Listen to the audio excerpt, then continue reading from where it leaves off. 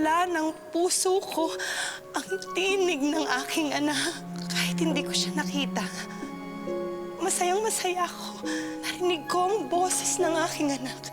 Narinig ko ang boses ni Amaya. Ang ibig po ba sabihin, may nakalaan na magmamahal para sa akin?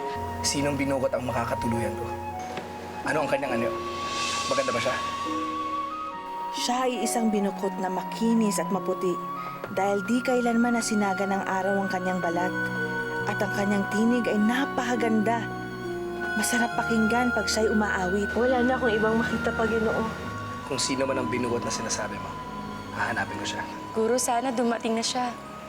Ang binukot na nakatakda niyang mahalin. Siya rin kaya ang sinasabing babaeng may kambal ahas?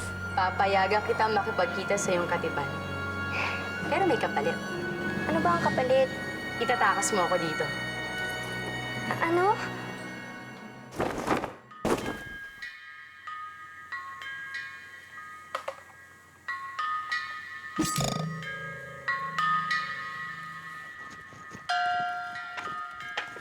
Sino ka? At bakit kayo nandito? Ipapagtaon niyo dato ang aming kapangasan. Kasama namin ngayon si Bagani, ang ginoong anak ni Raha Mangubat. Ah, anak ka ni Raha Manggubat. Natutuwa ako at nakilala kita, Ginoo. Isang malaking karangalan para sa akin ang itundang ninyong yung sibat sa aking hagdan. Ibig sabihin, ay nais niyong hingin sa akin ang palad na nag-iisa kong binuk. Tama kayo, Tato. Kanina pa kami naglalakbay. Tumigil lang kami dito dahil narinig namin sa ilang magdaragat na may anak kayong binukot na maaari kong mapangasawa. Oo, meron nga. At hindi natin kailangan pa mag-usap dahil pumapayag ako mapangasawa mo ang aking anak. Sandali lang ho, dato. Patawad. Pagani, sandali na. Ginoo. Paano tayo nakatitiyak na itong binukot na pinuntahan natin ay siya rin binukot na sinasabi ng manghuhula mong hayuhay? Oo nga, Bagani. Baka mamaya pasubo ka pa. Alam ko kung anong ginagawa ko. Isang pagsubok ang ibibigay ko. Magtiwala kayo sa akin.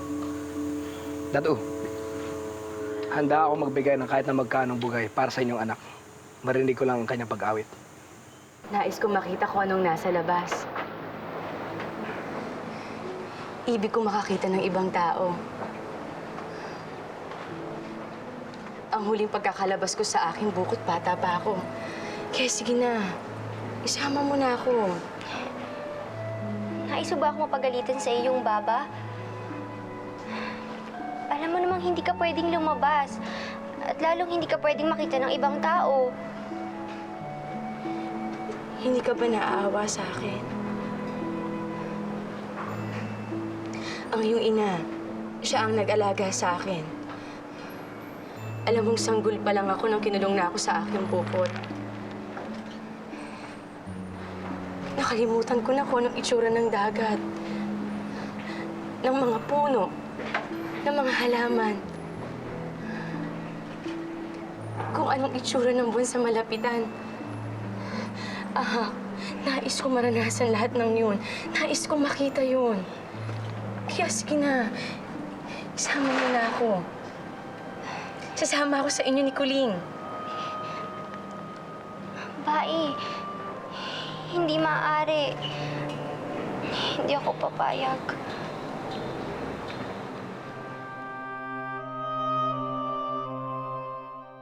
Ano, dato? Pumapayag ba kayo sa pakiusap ng aming Ginoo na marinig niyang umawit ang anak niyong binukot? Oo, pumapayag ako. At hindi kayo mabibigaw, Ginoo. Dahil napakaganda ng tinig ng aking anak. Kung gayon, nais ko marinig ang kanyang tinig.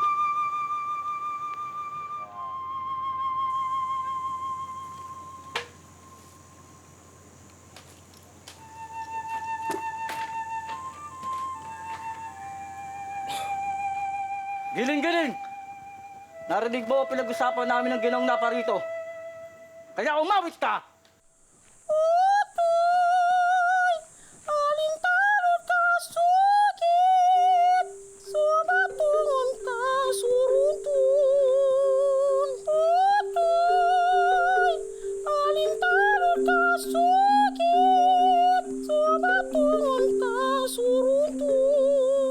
O ano?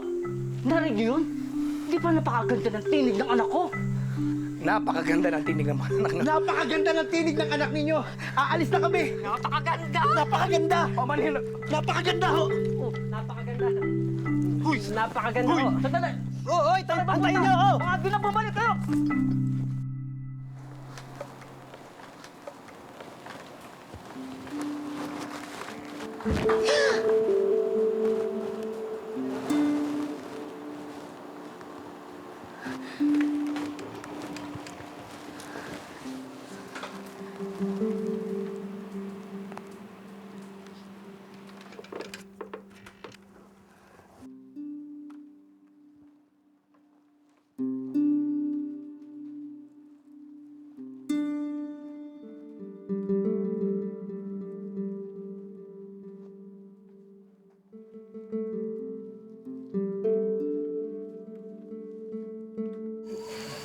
Tagal naman ng babaeng yun. Kuling! Kuling! Halika, tulungan mo ako. Naku, mabuti lang dumating ka na. Eh, sino siya? Ang ganda-ganda naman niya. Tumigil ka nga. Siya si Amaya. Isa siyang bai. Naiintindihan mo ba? Kuling, isasama natin siya. Ano? Teka, nahihibang ka na ba? Hindi natin pwede sama ang binukot na yan. Kapag nalaman ni Datubog na, siguradong pupugutan tayo ng ulo nun. Kuling, sige na. Isama niyo na ako ni Ahak. Huwag kayo mag-alala, di kayo mapapahamak. Sandali lang naman eh. Pero, bai, Sandali lang naman, di ba? Huwag ka na magtangkang umindi pa dahil hindi papayag na hindi sumama yan. Kaya sige na, pasarin mo na si Bai Amaya nang hindi siya umapak sa lupa. Bai Amaya. Pag nalaman ni Datubog na to, ha? Ikaw tuturo ko. Tara na, bye. Dahan-dahan. Dito tayo. Let's go. Watcha, please.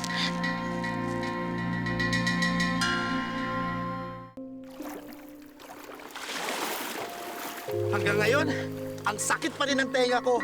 Ang pangit ng boses ng binukot na narinig natin kanina. Mabuti na lang, Kamot, isang binukot na may magandang tinig ang hinahanap natin. Kung hindi, baka napasubo ng ating Ginoo sa binukot na yon. Ngunit paano natin matatagpuan ang binukot na nakalaan para sa akin? Ipagpapatuloy pa rin natin ang paglalakbay natin, Ginoo. Huwag ko kayo mag-alala. Makikita nyo rin ang hinahanap nyo. Amaya? Amaya!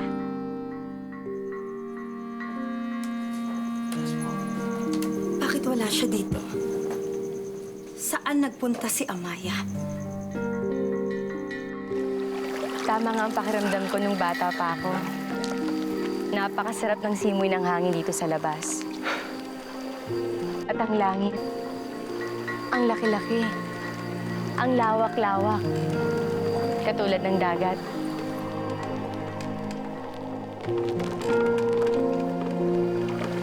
Huwag niyo nang hawakan yung tubig. Baka mahulog pa kayo dyan.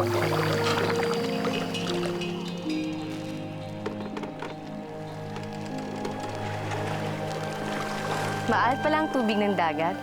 Bai, huwag mong inumin yan. Baka mapano ka pa. Bai, Ahak. Kinakabahan talaga ako sa ginawa natin na to. Bumalik na lang kaya tayo. Huling, hindi tayo babalik sa aking bupot hanggat hindi ko nakita ang mga bagay na gusto kong makita. Ituloy mo na ang pagsasagwan mo.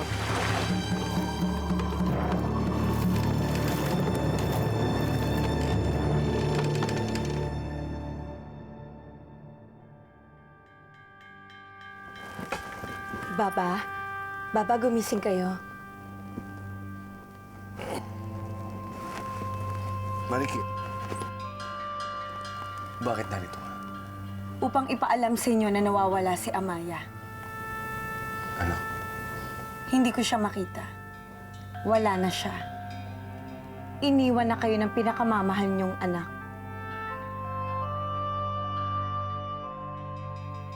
Bubuawi! Ginoo, gutom na ako. Maaari po bang bumalik na lang tayo sa inyong ahop? Mabuti pa nga, Ginoo. Pagod na ako eh.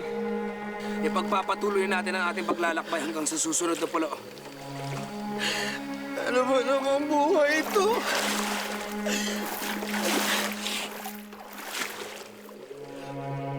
Ino! May isang barotong paparating!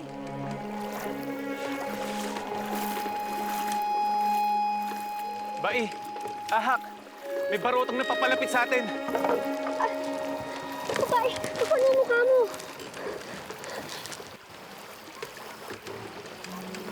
Babae, yun mo yung mukha mo.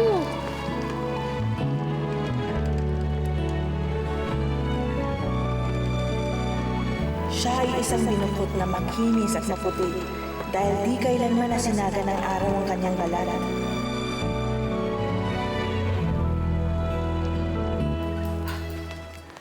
Sana nga ay totoo ang iyong kutob, Marikit. Sana nga ay talagang naglaya si Amaya upang hindi na sila muling magkita pa ng iyong baba. Dapat lang hindi na siya pa makita ni Baba. Nang sa ganun ay mapansin niya na kami ni binayaan. Mangyayari ang nais mo, anak. Mamahalin na rin kayo ng inyong ama.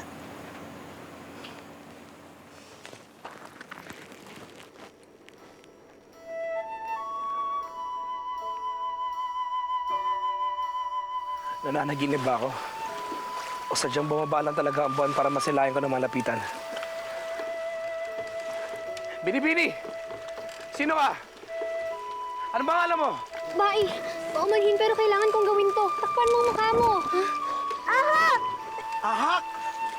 Ang pangit naman ang pangalan niya! Oo nga!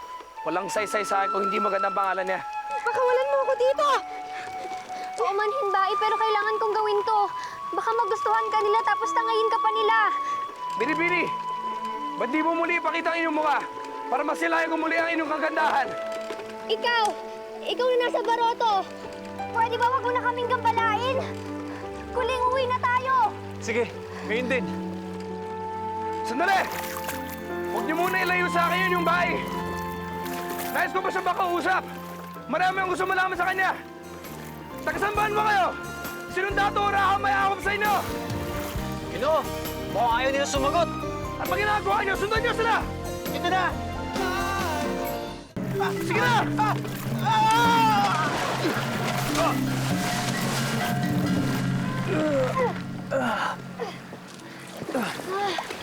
Maraming salamat kay Aba. Dito na tayo. Bae. Bae. Bae. Naiinis ako sa'yo, Ahak. Bakit mo ginawa sa akin to? Pasensya ka na, Bae.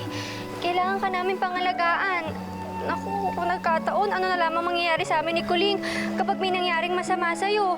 Paano kung tangayin ka ng mga dayong yon? Lagot kami sa iyong ama. Kaya mabuti pa, bumalik na tayo sa iyong bukod, ha? Kuling, buhatin mo ng ating Bae. Halika na.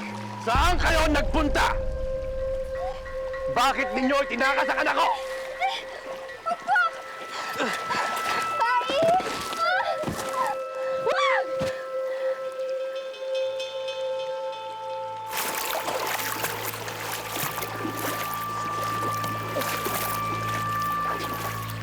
Napakadilim na! Wala ka nang makikita kahit pilitin mo ang sarili mo! Maraming salamat sa iyo. Nakakawala na ang pinakamagandang talang nakita ko. Don! Sa Going Road sila papunta, hindi ba? Hindi, Ginoo. Walang banwa dyan. Tuno ata. Hindi, mali kayo. Doon! Mga ungak! Doon sila nagpunta! Hila nga kayo! Huwag niyo pong gawin yan. Baba, wala po silang kasalanan. Ako po ang nagpilit sa kanila na itakas ako sa aking bukod. Bakit mo ginawa ito?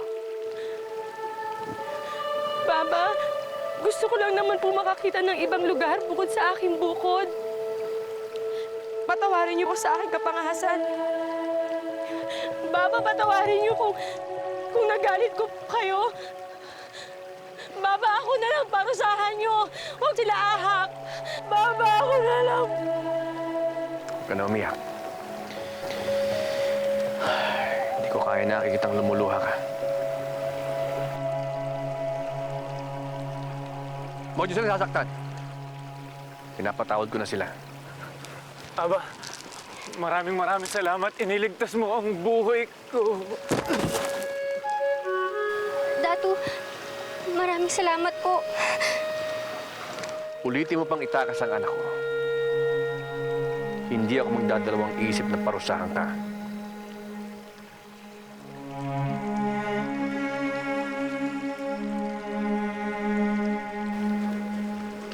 Dali na ang anak ko sa kanyang bukod.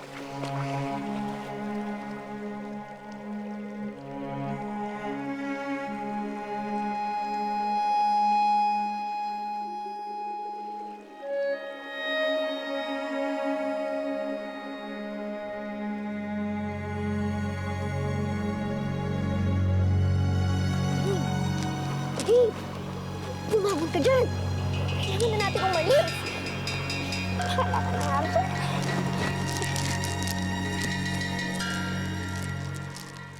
Uminom ka ng basi lamitan bilang pagdiriwang at wala na si Amaya. Salamat, Umbo Mantal.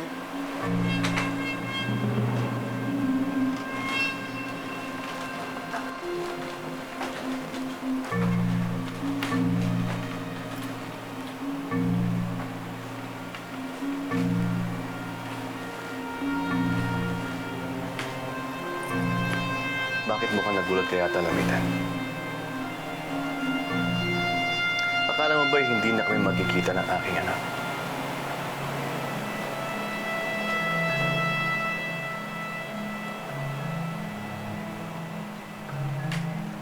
Tayo na, Amaya. Ihahatid na kita sa iyong bukod.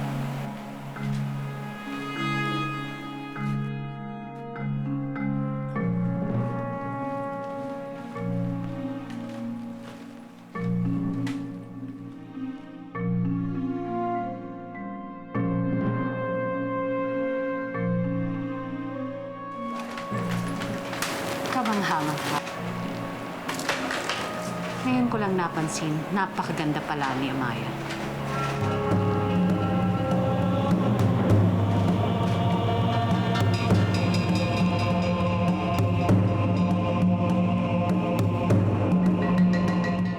Kaya pala nakatakas ang inyong bahay. Himbing na himbing kayo sa pagtulog. Patawad, Datu. Hindi na maulit ito. Tiyakin nyo lang. Dahil kapag nakapuslit uli ang inyong bahay, ipagbibili ko kayo sa ibang banwa upang doon kayo maging utusan lamang.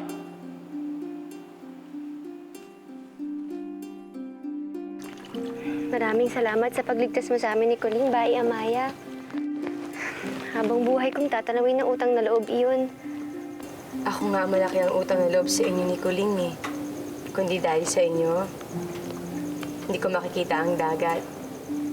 Hindi ko maranasan sumakay sa baroto. At hindi ko makikita ang Ginoong yun. Ginoo? Oo. Yung Ginoong nakita natin kanina. Yung Ginoong matamis magsalita. Mukhang hindi siya pangkaraniwang tao. Malamang isa siyang tumao. Kahit sino pa siya, pinakaba niya ako. Alam mo yun, Ahak? Ngayon ko na lang ulito naramdaman. Yung pintig ng puso ko, kinabahan ako. Pero kinabahan ako hindi dahil sa takot, kundi dahil sa tuwa. Huwag mo sabihin sa akin, umiibig ka ba, Amaya? Umiibig? Oo. Ganun kasi ang naramdaman ko nung magkita kami ni Colleen. Parang matutunaw ako sa kanyang mga titig. Lumakas ang tibok ng puso ko nung magtama ang aming mga mata. Ganyan din ang naramdaman ko. Para ako matutunaw sa titig niya. Umiibig ka nga. Umiibig? Kanino ka umiibig, Amaya? Oo, bumarikit. Ahak, Kayang. Lumabas kayo dito. Iwan niyo muna kami ni Amaya.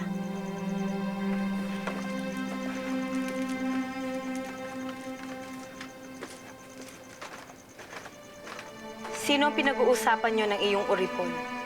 Kanino ka umiibig, Amaya?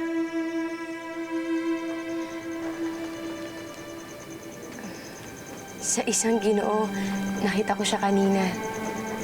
Ginoo? Umiibig ka sa isang Ginoo?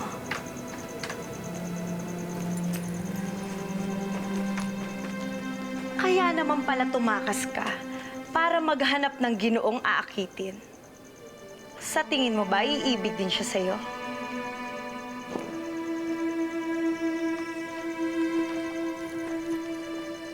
Nahihibang ka. Walang Ginoong iibig sa isang tulad mong may dugong uripon.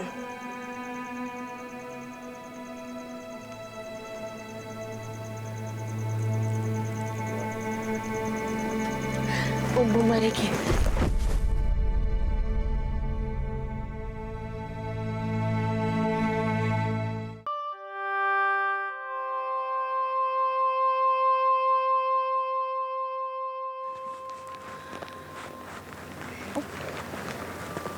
Bai, Amaya. Bakit umiiyak ka na naman? Hindi mo pa rin ba nakakalimutan yung masasakit na sinabi sa'yo ng iyong kapatid?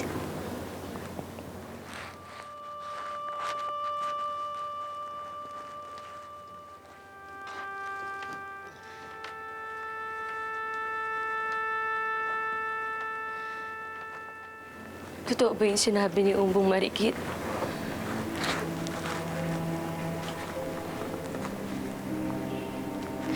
Na kahit anong mangyari, hindi ako iibigin ng Ginoong yun. Dahil may dugo akong uripon. Bai, walang saysay ang iyong dugo sa paningin ng kahit sino mang Ginoo. Wagas ang pag-ibig niya sa'yo. Ipagdasal na lamang natin kay Aba na iniibig ka rin niya. At wagas nga ito. Ipagdadasal ko yan kay Aba Ahak. Na sana ibigin niya ako ng totoo.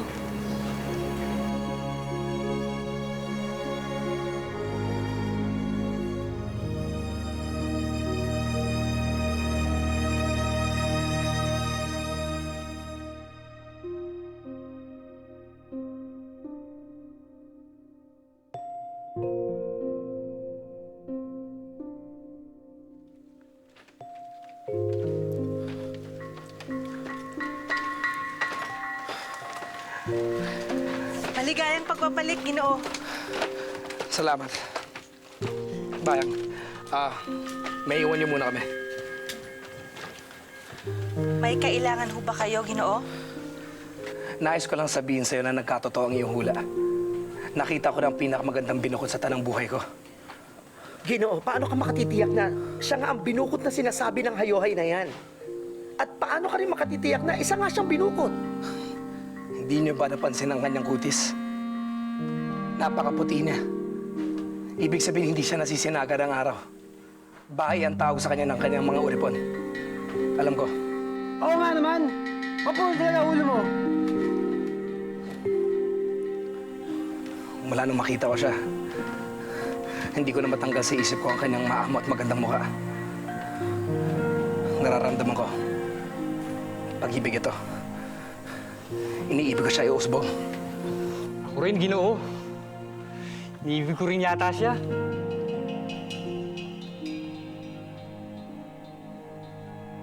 Pero sa'yo na lang siya. Sa palagay ko, hindi kami bagay. Kaya lang, paano mo siya muli makikita? Eh, hindi naman natin alam ang banuang tinitirahan niya. Kahit taga-samban mo pa siya, hahanapin ko siya. Hindi ako titigil hanggang hindi ko siya nakikita muli.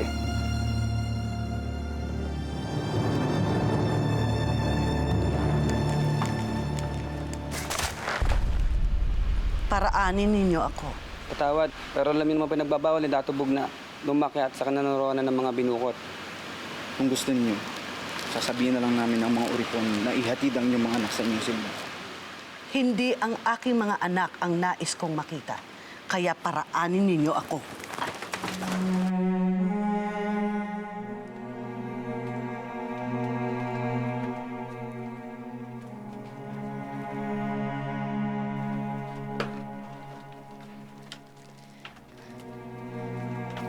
diyan lamitan?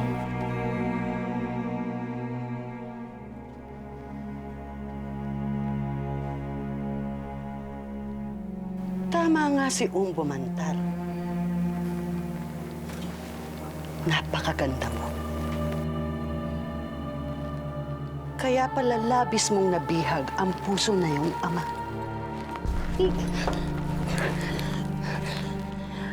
Ngunit hindi ko nakikita ang kagandahan niyan. Ang nakikita ko ay ang pagmumukha ng mga aagaw mong ina.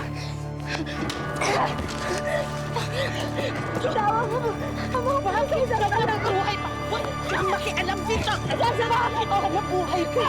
Bakit ka na buhay ka? Nakita ko ng binukot na handa akong pakasalan kahit kailan. Magaling, Bagani. Kaya kung pahihintulutan niya ako, Papa, nais kong maglakbay muli upang hanapin ang binukot na iniibig ko. Hinamak niya ako sa harapan ng aking mga anak. Hindi ko siya mapapatawad sa ginawa niya sa akin. Kaya dapat naparusahan ko siya. Galit siya kay Baba. Kaya gusto niyang parusahan ito. Nagbubuo ng isang pangkat si Bugna upang maghimagsik at labanan ng inyong pamamahala. Kaya nararapat lamang na parusahan siya ng kamatayan. Simulan na natin ang paglalakbay patungo sa banwa ng Taksil. Nananaginip ba ako o talagang naririnig kita? Minakausap ako isang ahas. May babalasong binigay sa akin.